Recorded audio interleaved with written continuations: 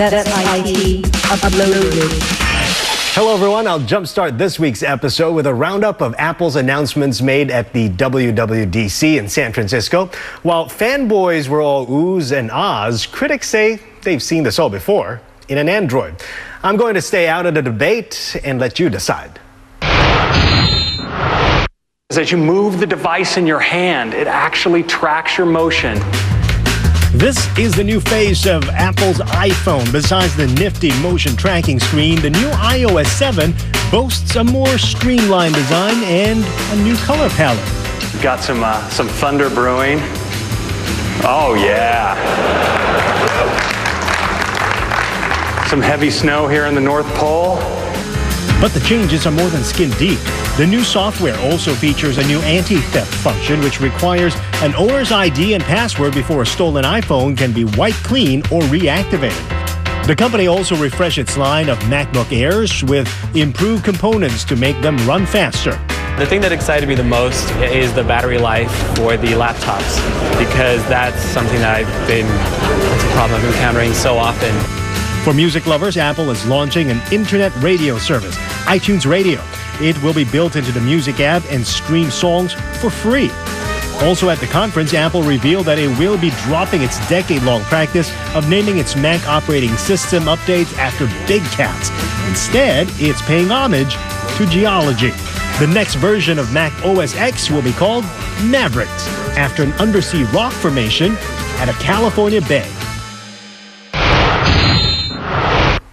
Now let's have a look at some new tablets out in the market today. When I did a hands-on review of the Surface RT a couple of months ago, I lamented about not being able to install the Chrome browser and pretty much any other app that wasn't on the Windows App Store. And that was a major turnoff for me. Now the Microsoft Surface Pro version is here in Asia, so we took it out for a spin. After all, I was told the Surface Pro is more a PC than a laptop.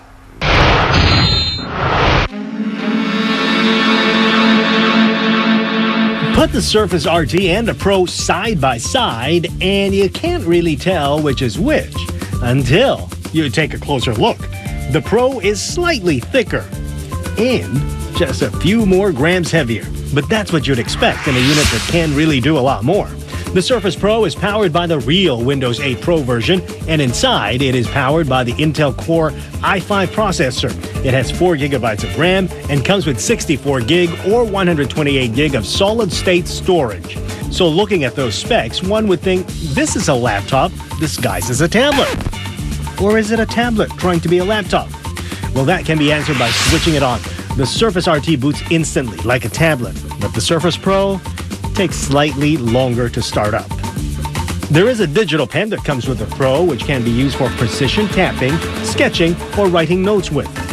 On paper, the Pro has a battery life of just 5 hours compared to 8 to 9 hours on the RT version. And because the Pro behaves more like a laptop, Chrome and Firefox browsers are supported. And since we already got your attention, I was told by my bosses to remind our viewers that you can now download the Channel News Asia app to your Windows devices. It is available in the Windows Store.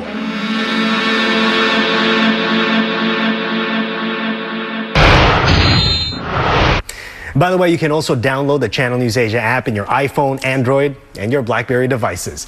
Another Windows 8 tablet I'm going to show you now is a sturdy one built for the road warrior. Channel News Asia's Stefan Loh gets his hands dirty with a Dell Lattitude 10.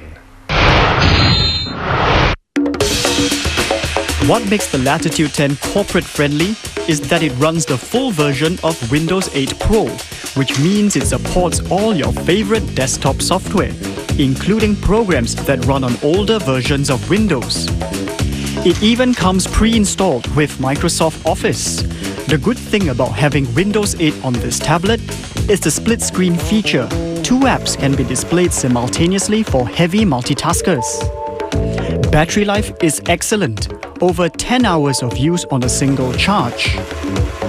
The battery pack is also swappable, useful for business travelers who may not have the time to charge their tablet.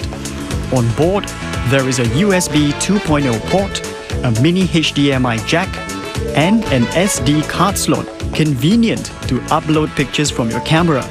The tablet has a 10.1-inch display, but the screen appears small because of the wide bezel. Images, though, are crisp and bright. Design-wise, the Lattitude 10 isn't exactly what I would call stylish. You won't turn heads with this tablet, but it is sturdy. One of the things that I like about this tablet is its durability. Its front display is coated with scratch-resistant Gorilla Glass, which means I can do this. Or if you have butterfingers like me, and, well, you know better than to do this. So, what do I think? Well, for me, the Lattitude 10 isn't the lightest, fastest, or the best looking. It's not even the most affordable. Plus, you'll have to fork out extra for a keyboard. But I found the Lattitude 10 gave me the performance of a PC in the convenience of a tablet. It's got business-friendly features that keep you productive on long-haul business trips, with enough power for some fun at the same time.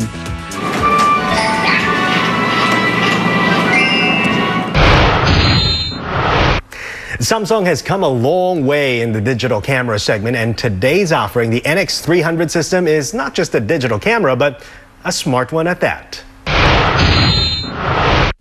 Samsung insists this consumer camera is so good, it blurs the lines between everyday picture taking and professional photography. Here's a list of its features. The 20-megapixel advanced sensor with a hybrid face detection autofocus and contrast autofocus system take 8 frames per second shots, and that is supposed to bring real-life colors to your pics. And it can take fast motion and yet give sharper images. Speaking of fast, Samsung says this is the fastest camera in its class at the moment, with a shutter speed of 1/600th of a second. Did I mention it is a smart camera as well? The NX300 lets you sync pictures from your camera to your mobile devices, which means you can post them up instantly on your social media pages linked to your devices. Or better yet, just wirelessly share them right from the camera itself. The NX300 has all the bells and whistles of an all-in-one imaging machine. Filters, effects, editing tools, you name it, it's here. Together with a standard lens and the next-generation image processor, the NX300 can also shoot images and videos in 3D at a flick of a switch. Simply put, this is the most powerful Samsung consumer camera ever produced to date, sending a message to competitors out there that Samsung's imaging unit is ready to hit the big time. On the next That's IT, we have all the highlights from the E3 gaming conference in Los Angeles, and we'll also check out what Samsung has up its sleeves with a major announcement scheduled for later this week. I'm Timothy Go. That's it.